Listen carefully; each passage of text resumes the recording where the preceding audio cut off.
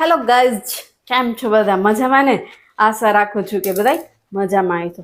ફોલોવર્સની ફરમાઈશ હતી કે બેન તમે રગડો બનાવજો તો ફાઇનલી આજે રગડાનો વારો આવી ગયો છે. રગડો બનાવવા માટે જે સફેદ ચણા આવે ને એને મેં છે ને રાત્રે જ પલાળી દીધા હતા.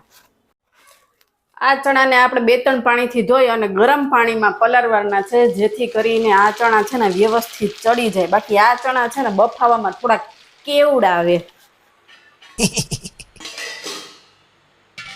જોઈ લ્યો, આપણા ચણા આખી રાતમાં સરસ મજાના ફૂલીને દડા જેવા થઈ ગયા છે.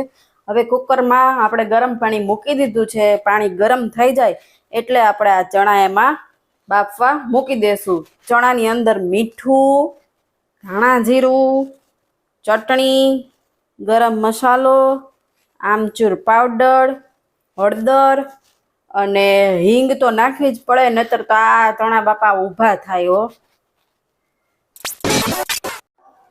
ચણાની અંદર આપણે લગભગ બધાય મસાલા કરી લીધા છે. હવે આપણે એમાં ડુંગળી પણ નાખવાની છે, તો આપણે ઝીણી ડુંગળી સુધારી લઈએ. ઘણા લોકો એમાં ખાલી હળદર અને મીઠું નાખીને બાફતા હોય, પણ આપણે અહીંયા એવું નથી કરવાનું. આપણે લગભગ બધોય મસાલો છે ને બાફવામાં જ નાખી દેવું. તો જોઈ લ્યો, આપણા ડુંગળી બેન ઝીણા સુધારાઈ ગયા છે અને ડુંગળી બેને પણ કુકરમાં લગાવી દીધી છે છલાંગ. તો ડુંગળી બેને તો છલાંગ લગાવી લીધી છે. હવે આવે છે મરચાનો વારો. તો મરચાં આજે છે ને મેં કંઈ સુધાર્યું નહોતું, કેમ કે આજે છે ને ગામમાં રક્ષાબંધન આવે છે, તો રાખડી લેવા ગયા હતા ને, તો ઓલરેડી બહુ મોડું થઈ ગયું હતું. 8:30 પોણા 9 જેવું થઈ ગયું હતું. એટલે બધું છે ને 110ની સ્પીડમાં જાય છે. એટલે આ બાજુ બફાતું જાય ને આ બાજુ સુધારીને બધું આપણે નાખતા જઈએ. તો હવે આપણે નાખી દઈએ એમાં મરચાં. તીખા ફાવે તો તીખા અને મોરા ફાવે તો મોરા મરચાં નાખવાના. ટમેટા પણ હું અહીંયા આની અંદર જ બાફામાં જ નાખી દઉં છું. ટમેટાના કટકા નથી કરતી. એનું કારણ છે, કટકા કરીશ તો જ્યારે બફાશે ને તો એની છાલ મોઢામાં આવશે, અને છાલ મોઢામાં આવશે તો છોકરાઓના તો મોઢા બગડે. એ તો તમને ખબર જ હોય, ઘણાઈને એવું થતું જ હશે ઘરમાં, મારા એકને નહીં થતું હોય.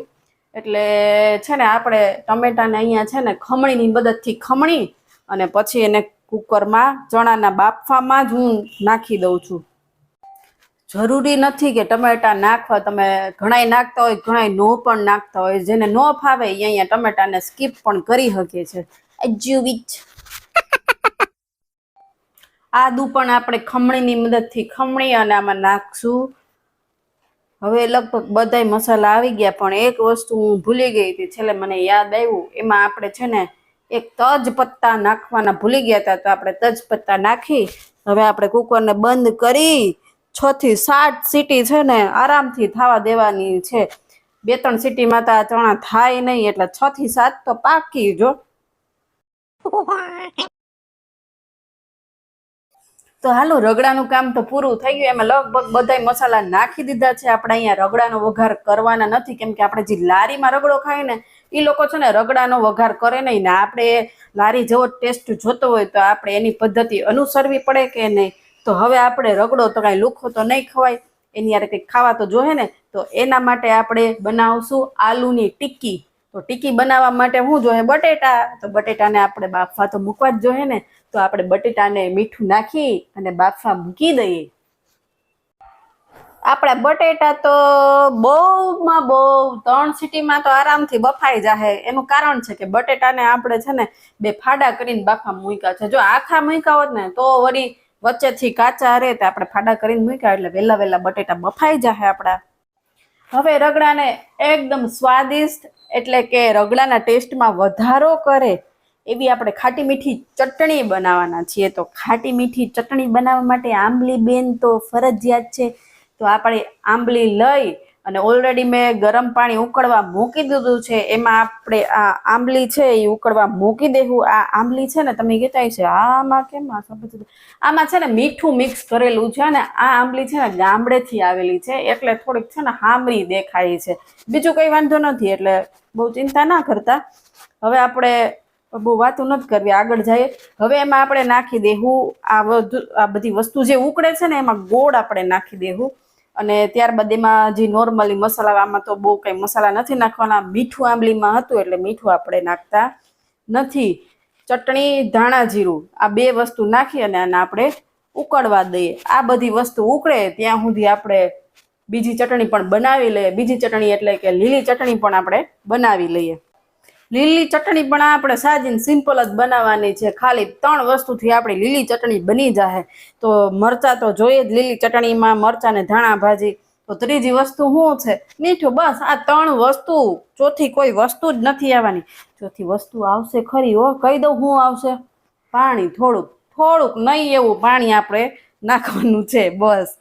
તો લીલી ચટણી બનાવવા માટે મોરા મરચાં અને ધાણા ભાજી હો. આજે અમારા મહેમાન આવ્યા હતા ને તો ગામડેથી જો તાજી ધાણા ભાજી લઈ આવ્યા. મન થઈ ગયું ને એમ થાય કે ધાણા ભાજીનું શાક બનાવી નાખીએ તો, પણ હવે આપણે ચટણી અત્યારે બનાવી લઈએ, પછી શાકનું કંઈક વિચારશું. તો ધાણા ભાજી અને આવતું જાતું ટૂંકમાં સ્વાદ પ્રમાણે મીઠું નાખી અને આને ચટણીને ઘૂમી કરી લેવાની છે.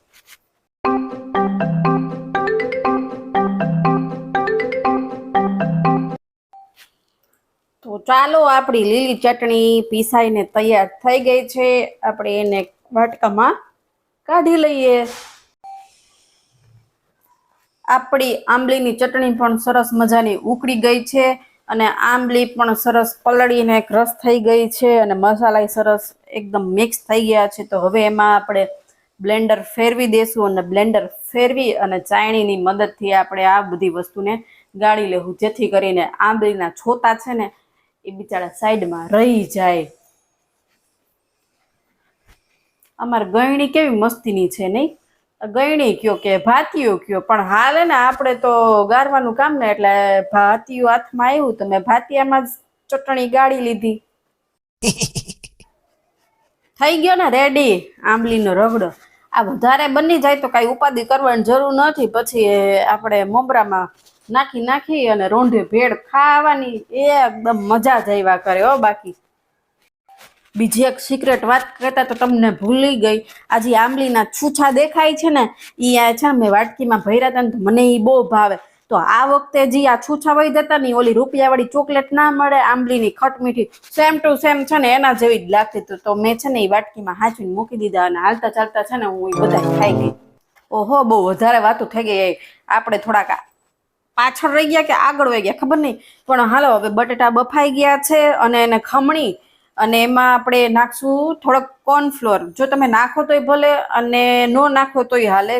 અને જો જે બટેટા પૌવાના પૌવા આવે ને એને મિક્સરમાં ક્રશ કરીને એનો ભૂકો નાખવો હોય ને તોય હાલે, પણ ટાઈમ આપણે પાસે ઓછો હતો તો કોર્નફ્લોર મને દેખાણો તો મેં અહીંયા થોડોક આવતો જતો કોર્નફ્લોર નાખી દીધો છે. પછી સંચળ મીઠું માપ પ્રમાણે જ નાખ્યું છે, કેમ કે બાફામાં આપણે નાખ્યું હતું, પછી ક્યાંક ખારા ધૂધવા જેવી થઈ જાય તો એટલે પછી માપે મળે નાખ્યું હતું. હળદર, હિંગ તો જો ભાઈ બધામાં હું વાપરું જ છું. પછી ચટણી અને ધાણા જીરું અને રસોઈની રાણી ધાણા ભાજી નાખી અને આ બધું મિક્સ કરી દેવાનું છે. ઘણા લોકો બ્રેડનો ભૂકો પણ નાખે છે. પછી આમાં જે વસ્તુ હાજર હોય એ પ્રમાણે વસ્તુ બને ને એવું હોય આમાં ઘણી વાર.